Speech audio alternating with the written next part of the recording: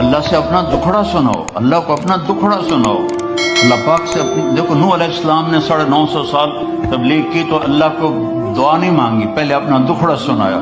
رب انی دعوت قومی لیلا ونہارا فلم یزدہم دعائی الا فرارا۔ یا اللہ میں ساری زندگی تیرے بندوں کو تیری طرف بلاتا رہا اور انہوں نے سب نے ماننے سے انکار کیا۔ لمبا قصہ اپنا اللہ کو سنا رہے ہیں۔ فلم یزدہم دعائی الا فرارا وانی کلما دعوتہم لتغفر لہم جعلوا اصابعہم فی آذانہم واستغشوا ثیابہم واسروا واستکبروا استکبارا ثم انی دعوتہم جہارا ثم انی اعلنت لہم واسررت لہم اسرارا فقلت استغفروا ربکم انہ کان غفارا یرسل السماء علیکم مدرارا ویمددکم باموال وبنین ویجعل لکم جنات ویجعل لکم انہارا ما لکم لا ترجون للہ وقارا وقد خلقکم اطوارا۔ ابھی دعا نہیں آئی، ابھی اپنا دکھڑا سنا رہا، میرے نال اے ہویا، میرے نال اے ہویا، میرے نال اے ہویا۔ اللہ سے ایسے باتیں تو کرو۔ ہم نماز کے بعد ہمارے جو مسجدوں کے امام ہیں انہوں نے چند دعائیں رٹی ہوئی ہوتی ہیں، وہ گا کے، بھلا کبھی کوئی گا کے بھی مانگتا ہے؟ وہ تو رو کے مانگتے ہیں، وہ کہتے ہیں ربنا آتنا فی الدنیا حسنۃ وفی الآخرۃ حسنۃ۔ کوئی اس طرح مانگا جاتا ہے، اور رو کے مانگا جاتا ہے۔ اللہ سے مانگنا سیکھو۔ آپ سب کو کہہ رہا ہوں، آپ سے کہہ رہا ہوں، بڑے بڑے وظیفوں کی ضرورت نہیں ہے، 2 نفل کافی ہیں، 2 نفل۔ ایک 5 وقت کی نماز ہو تاکہ فرض پورا ہو، رمضان کا روزہ ہو، پیسہ ہے تو زکوٰۃ و حج ہو، اور پھر اس کے بعد اللہ سے مانگنا سیکھو۔ اللہ سے مانگو، مانگنے کی عادت پڑ گئی تو کسی اور سے مانگنے کو جی نہیں چاہے گا۔ خزانے بھرے ہوئے ہیں، دیتے ہوئے خوش ہوتا ہے۔ دیکھو دنیا میں کسی سے جان چھڑانی ہونا، مطلب آپ کا کوئی ملنے والا ہے، آپ بہت اس سے تنگ ہیں اور آپ اس سے یہ بھی نہیں کہہ سکتے بھئی مجھ سے آئندہ مت ملا کرو، تو ایک آسان طریقہ آپ مستورات اور مردوں کو بتاتا ہوں، اس سے قرضہ مانگنا شروع کرو، اس سے قرضہ مانگنا شروع کر دو، وہ تمہارا نمبر ہی ڈیلیٹ کر دے گا، تمہاری گلی چھوڑ جائے گا۔ آسان طریقہ، مہذب طریقہ، اسے قرضہ۔ یہاں تو تم لوگوں نے 1-1 پاؤنڈ گنا ہوتا ہے، یہ گھر کی قسط اور یہ موٹر کی قسط اور یہ فریج کی قسط اور یہ فون کی قسط اور یہ فلانے کی قسط، یہ فلانے کی قسط، اخیر تک تو اے ہی بچدا۔ تو تم کہاں سے قرضہ دو گے کسی کو؟ اس کا قرضہ مانگو، وہ بھاگ جائے گا۔ اور اللہ ایسی ذات ہے، اس سے مانگو تو خوش ہوتا ہے، نہ مانگو تو ناراض ہو جاتا ہے۔ تو مانگو، میرے خزانے تمہارے لیے ہیں، مانگو مجھ سے۔ تو اللہ سے مانگنا سیکھو کہ سارے کام وہیں سے ہوتے ہیں۔ ام الصائب رضی اللہ عنہا کا بیٹا ہجرت کی اور مر گیا، تو اس کو جنازہ پڑھنے لگے اس کا، تو آپ نے فرمایا اس کی ماں کو تو بتاؤ، وہ مسجد میں تھی۔ تو ان کی ماں آئی اور نابینا تھی، اور اس کے پاؤں کی طرف بیٹھ کر اس کے پاؤں پکڑ لیے، کہنے کہ اللہم انی آمنت بک طوعا وہاجرت الیک رغبۃ فلا تشمت بی الاعداء۔ اے 3 لفظ اس نے بولے نہیں، یا اللہ تیری محبت میں ایمان لائی، تیری محبت میں گھر چھوڑ کے مدینے آئی، یہ تو نے میرا بیٹا لے لیا، میرے قبیلے کے لوگ کہیں گے باپ دادے کا دین چھوڑا تو بیٹا مر گیا، تو مجھے ذلیل ہونے سے بچا۔ تو اس کے بیٹے نے کفن سر سے ہٹایا اور اٹھ کے بیٹھ گیا، اور ماں پہلے فوت ہوئی، وہ حضرت عثمان کے زمانے میں جا کے فوت ہوا۔ دعا ایسی طاقتور چیز ہے، لیکن ہم مانگتے نہیں، ہمیں مانگنے کا طریقہ نہیں ہے۔ منت کرو، خوشامد کرو، یا اللہ کر دے، یا اللہ نہیں کرنا پھر بھی کر دے، یا اللہ۔ ایک بدو اور وہ حج میں نا منا سے توڑ لگائی اس نے، وہ سیدھا پہنچا طواف زیارت کے لیے، اور طواف کر کے بیت اللہ کا پردہ پکڑ لے، یا اللہ بعد رش ہو جاوے گا تو مینو پہلے معاف کر دے، اللہ بعد رش ہو جاوے گا پتہ نہیں میں تینوں نظر بھی آواں کہ نہ، مینوں پہلے پہلے معاف کر دے۔ اللہ سے آپ سے بھی کہتا ہوں اللہ کی قسم بڑا عزت کا راستہ ہے کہ وَإِذَا سَأَلْتَ فَاسْأَلِ اللَّهَ، جب پکارو تو اللہ کو پکارو، جب مانگو تو اللہ سے مانگو۔ وَإِذَا اسْتَعَنْتَ فَاسْتَعِنْ بِاللَّهِ، جب مدد کے لیے پکارو تو اللہ کو پکارو، اس کے سوا کوئی تمہارا کچھ نہیں کر سکتا ہے۔ اور اللہ سے تعلق بنانے کا راستہ کیا ہے؟ وہ ہے محمد الرسول اللہ، کہ محمد مصطفیٰ صلی اللہ علیہ وسلم کی غلامی میں آ جاؤ، ان کی نقل اتارو۔ یہاں کا تو مجھے پتہ نہیں پاکستان میں نقل مار کے کتنے لوگ پاس ہوتے کہ نہیں ہوتے؟ میں خود پاس ہوتا تھا نقل مار کے، کیونکہ مجھے پڑھنے کا شوق ہی نہیں تھا، مجھے تو سنگر بننے کا شوق تھا۔ میرا ابا میں نے ڈاکٹر بناون دے چکر آئی، میں سنگر بناون دے چکر چاہوں تو میں فلمی رسالے پڑھتا رہتا تھا۔ عامر خان سے جب میری حج پہ ملاقات ہوئی، وہ تو بڑا ڈرا ہوا تھا کہ پتہ نہیں مولوی صاحب آگے مجھے کیا کہیں گے، تو میں نے بیٹھتے ہی بالی ووڈ پرانے کی باتیں چھیڑ دی۔ تو میں نے تھوڑی دیر بعد دیکھا کہ جتنا مجھے پتا تھا اس کو بھی نہیں پتا تھا۔ تو مجھے وہ شاہد آفریدی لے گیا تھا اور کہنے لگا مولانا آدھا گھنٹہ بس، اس سے زیادہ نہیں۔ آدھا گھنٹہ تو میں اس کو بالی ووڈ سناتا رہا، تو وہ اتنا مانوس ہو گیا، کہنے لگا آئیے ادھر، یہ ٹیبل پر بیٹھے تھے کھانے کی، آئیے ادھر آئیے، صوفے پر بیٹھے۔ 15 منٹ اور بات تو چلی، پونا گھنٹہ گزر گیا، میں نے دیکھا ریلیکس ہو چکا ہے۔ میں نے کہا عامر بھائی آپ حج پہ آئے ہیں تو آپ کو اللہ کے نبی کا حج نہ سناؤں تاکہ آپ کو پتہ چل جائے؟ کہا جی ضرور سنائیں۔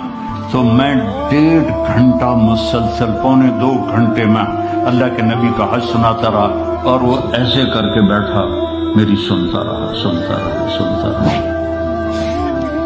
تو محمد مصطفیٰ صلی اللہ علیہ وسلم کی نقل اتار لو، نقل سے بھی پاس ہو جاؤ گے۔ لا الہ الا اللہ پاسپورٹ ہے، محمد الرسول اللہ جنت کا ویزا ہے، ویزے کے بغیر انٹری نہیں ہوتی۔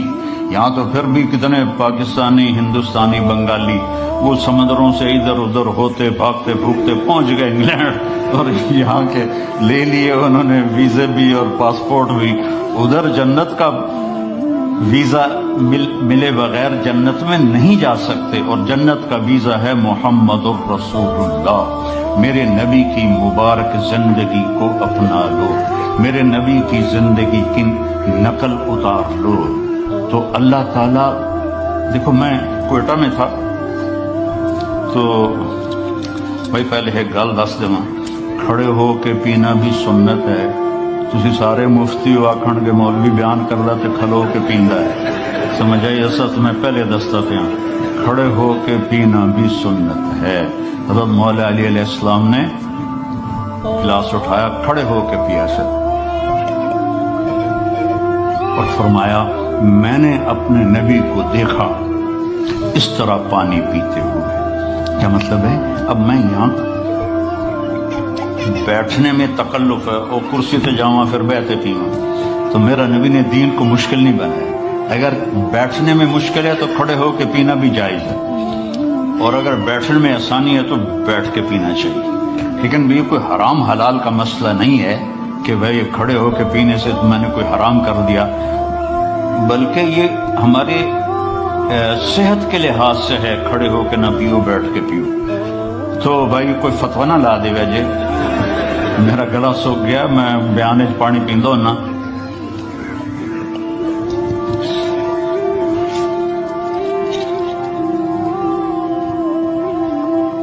اپنے نبی کی مبارک زندگی کو سیکھو۔ ایک واحد نبی ہیں جن کی ہر شے محفوظ ہے، ہر شے محفوظ، کسی نبی کی پیڑھی محفوظ نہیں۔ میرے نبی کی عبداللہ سے لے کر آدم علیہ السلام تک سارے باپ دادے پردادوں کے نام محفوظ ہیں۔ میں آپ کو برکت کے لیے سناتا ہوں۔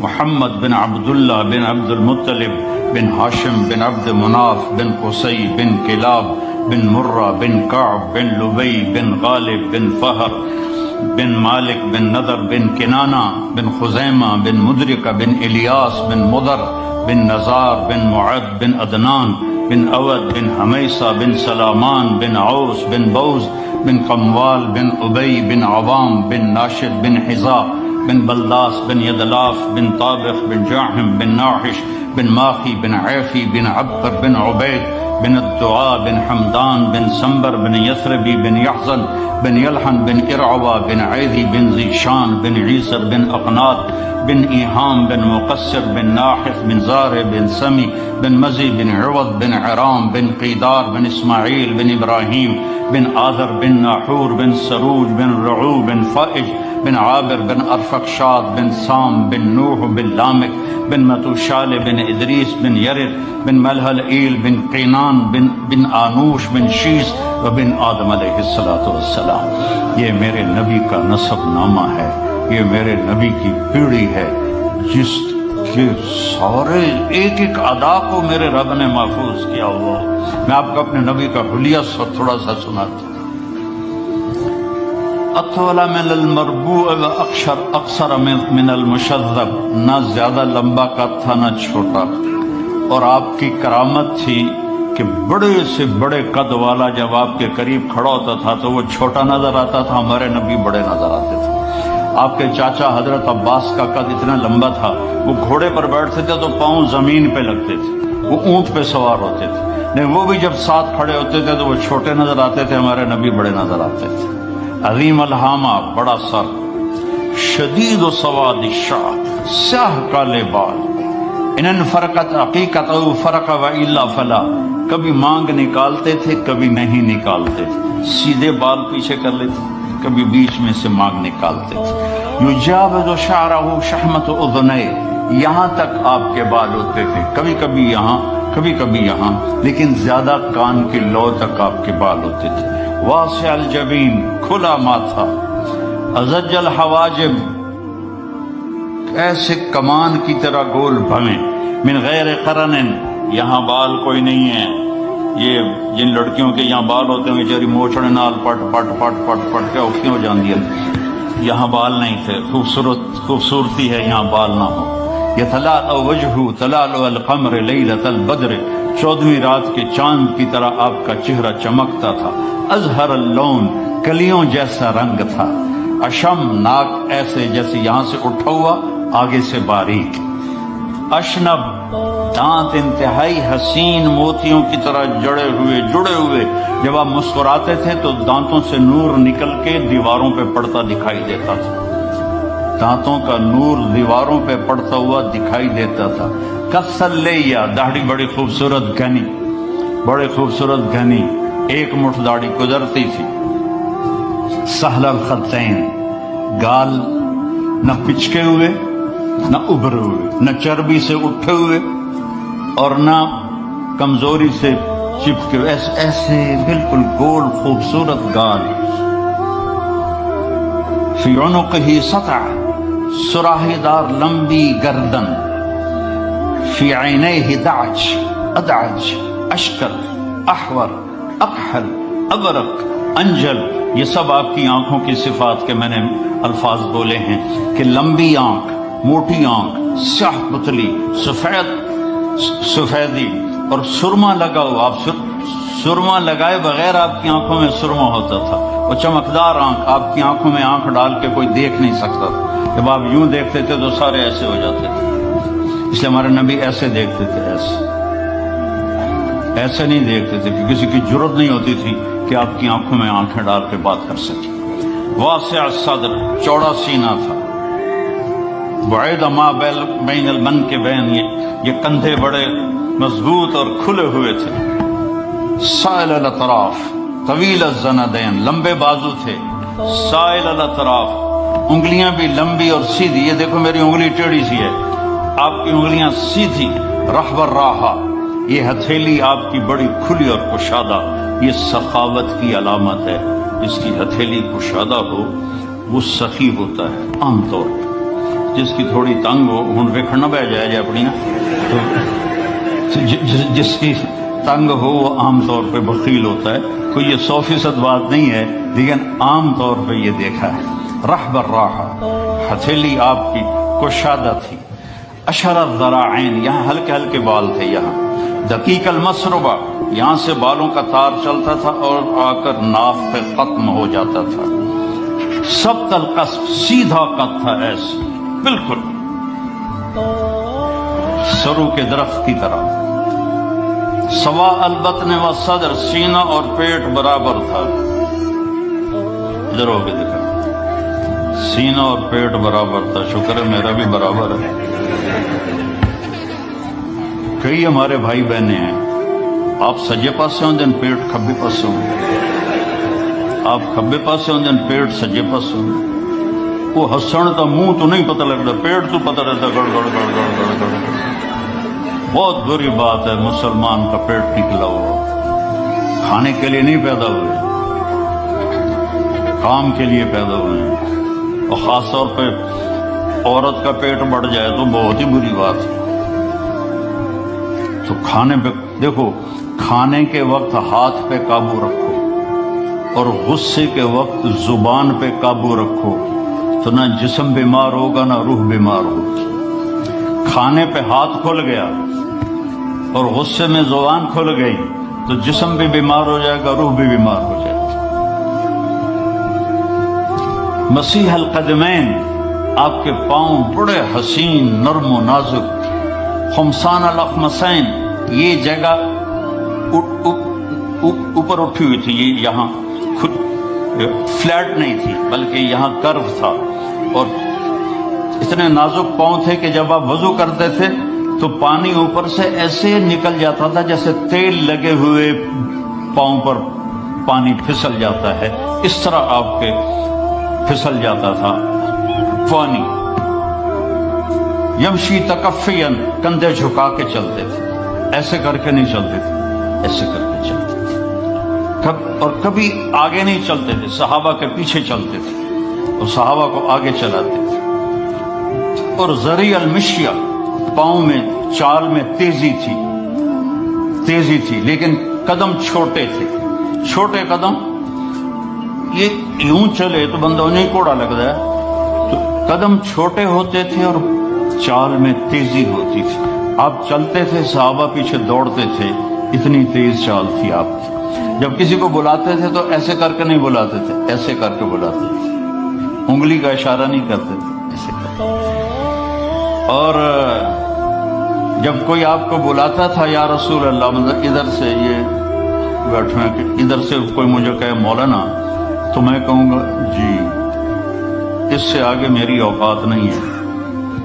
لیکن میرے نبی کو جب کوئی ادھر سے بلاتا تھا تو آپ پورا مڑتے تھے، پھر کہتے تھے جی. اور کوئی ادھر سے آپ کو بلاتا تھا، آپ سوچو کتنا مشکل کام ہے، آپ ایسے ہوتے تھے جی فرمائیے. میرے نبی کی ایک ایک ادا محفوظ پڑی ہے، اس کو فالو کرو، اس کی نقل اتارو، اس کے ڈھب پہ چلو، اس کے طریقے پر چلو، تو آپ کی زندگی تب جا کے خوشگوار ہوگی، انگلینڈ آ کے نہیں ہوگی. مکے میں اور مدینے میں رہ کر بھی اگر نبی کی زندگی نہیں ہے تو سوائے ذلت اور پشیمانی کے کچھ بھی نہیں ہے. اپنے نبی کی زندگی کو اپنی زندگی بناؤ، اپنے نبی کے بول کو اپنے بول بناؤ، اپنے نبی کے طریقوں کو اپنا طریقہ بناؤ. اور مرد عورت سارے ہیں، فیملیز آئی ہوئی ہیں. میرے نبی نے گھروں کو آباد کرنے کا ایک خوبصورت طریقہ بتایا کہ اس زبان پہ قابو کر لو، اس زبان پہ قابو کر لو، خاموش رہنا سیکھ لو. غصے کے، بیوی کو غصہ چڑھ جائے تو خامند چپ کر جائے، خامند کو غصہ چڑھے تو بیوی چپ کر جائے، تو آپ کا گھر خوبصورت رہے گا. اگر دونوں ہی آگ لگ گئی اور دونوں ہی بولنا شروع ہو گئے تو آپ بھی گئے، آپ کے بچے بھی گئے. اپنی زبان پہ قابو پانا سیکھو. ہماری ایک دھوبن تھی ماسی شریفہ، فوت ہوگی بیچاری، بہت ہی بڑی لڑاکی، چھوٹے قادی آئے تھے، چنگا شرلی پٹاخا ہے. تو وہ آئی میری بہن کے پاس، کہتی بی بی میری نوواں میرے نال بڑا لڑدیاں، لڑتی آپ تھی، میری نوواں میرے نال بڑا لڑدیاں، میں نے کوئی تویز دے کہ ساریاں میریاں نوکر بن جاؤں. اب میری بہن کو تو پتا تھا کہ ماشاءاللہ آپ سوا سیر ہے، تو میری بہن تویز گنڈے کا ہمارے ملک میں بڑا رواج ہے، تو ایسے الٹی سیدھے لکیریں لگا کے نا تو رول کر کے چھوٹا سا بنا کے نا کہا کہ ماسی جب تیری لڑائی ہونے لگے تو یہ تعویذ تم نے یہاں رکھ لینا اور چک مار لینا ہے اور اس کو گرنے نہیں دینا، گر گیا تو وہ تیری خیر کوئی نہیں۔ اور اس نے کیا کیا، اس کو چپ کروانے کا طریقہ، تو تعویذ کی تو بڑی اہمیت ہوتی ہے۔ تو ایک ہفتے کے بعد آ گئی، بی بی تو بڑا چنگا تعویذ دیتا، ساری لڑائی ختم ہو گئی کیونکہ ماسی شریفہ چپ ہو گئی۔ تو یہ سب ان عورتوں کو بھی تعویذ دیتا ہوں، ماسی شریفہ والا آپ کو بھی دیتا ہوں۔ ماسی شریفہ والا تعویذ لے لو، آپ کی زندگی بڑی خوشحال ہو جائے گی۔ اللہ کی قسم، جھک جانے میں جو عزت ہے وہ سر اٹھانے میں نہیں ہے، چپ رہنے میں جو سکون ہے وہ جواب دینے میں نہیں ہے۔ آپ خاموش رہنا سیکھو، آپ اپنے بچوں کو عزت دینا سیکھو، اپنے بچوں کو ٹائم دیا کرو۔ یہاں مرد کی بھی جاب ہے، عورت کی بھی جاب ہے، تو بچے نظر انداز ہوتے ہیں، ان کو ٹائم دو۔ میرے نبی نے فرمایا اکرموا اولادکم، اپنی اولاد کو عزت دو، اور آپ نے فرمایا خیرکم خیرکم لأہلہ، سب سے بہترین مسلمان وہ ہے جو بیوی سے اچھا سلوک کرے۔ اور ایک عورت نے پوچھا یا رسول اللہ میرے خامند کا میرے اوپر کیا حق ہے؟ آپ نے فرمایا تیرے خامند کے جسم پہ پھوڑے نکل آئیں اور ان میں گندا پانی جمع ہو جائے اور تو زبان سے چاٹ چاٹ کے اس کے زخم صاف کرے تو بھی تو نے خامند کا حق ادا نہیں کیا۔ دونوں کو بیلنس کیا ہے۔ بہترین مسلمان وہ ہے جس کا بیوی کے ساتھ اچھا سلوک۔ آپ نے 11 شادیاں کی، یہ شوق کی نہیں تھی، یہ اللہ کے حکم کی تھیں اور ہمیں زندگی سمجھانے کے لیے تھیں کہ آپ یہاں رہو یا کہیں اور جگہ رہو، جب تک آپ کو صبر اور برداشت کرنا نہیں آئے گا آپ کی زندگی خوبصورت نہیں ہو سکتی۔ غصے کو پینا سیکھو، غصے کو دبانا سیکھو، غصے کے وقت چپ رہنا سیکھو، تو آپ کی زندگی بڑی خوبصورت ہو جائے گی، بہت حسین ہو جائے گی۔ زندگی اندر ہے، باہر نہیں۔ اب روز رائس میں چڑھ کے کوئی اچھی زندگی نہیں گزار رہے، لائف تو اندر ہے۔ دل دریا سمندروں ڈوبے کون دلاندیاں جانے ہو، وچے بیڑے وچے جھیڑے وچے ونج مہانے ہو، یہ اندر ہے لائف اندر ہے۔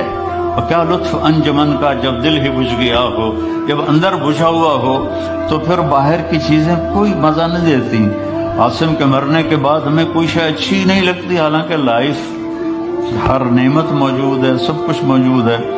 میرے بیٹے کا نام عاصم تھا جو فوت ہوا ابھی جب 36 سال کی عمر میں، تو کوئی شے اچھی نہیں لگتی کہ اندر ویرانی آ گئی۔ یہ اندر میں خوشحالی ہو، اس کے لیے صرف ایک ہی دوا ہے، وہ ہے محمدی بننا اور محمدی اخلاق کو اختیار کرنا، اللہ کے نبی کے طریقے پر چلتے ہوئے اپنی جان سے لڑائی لڑنا۔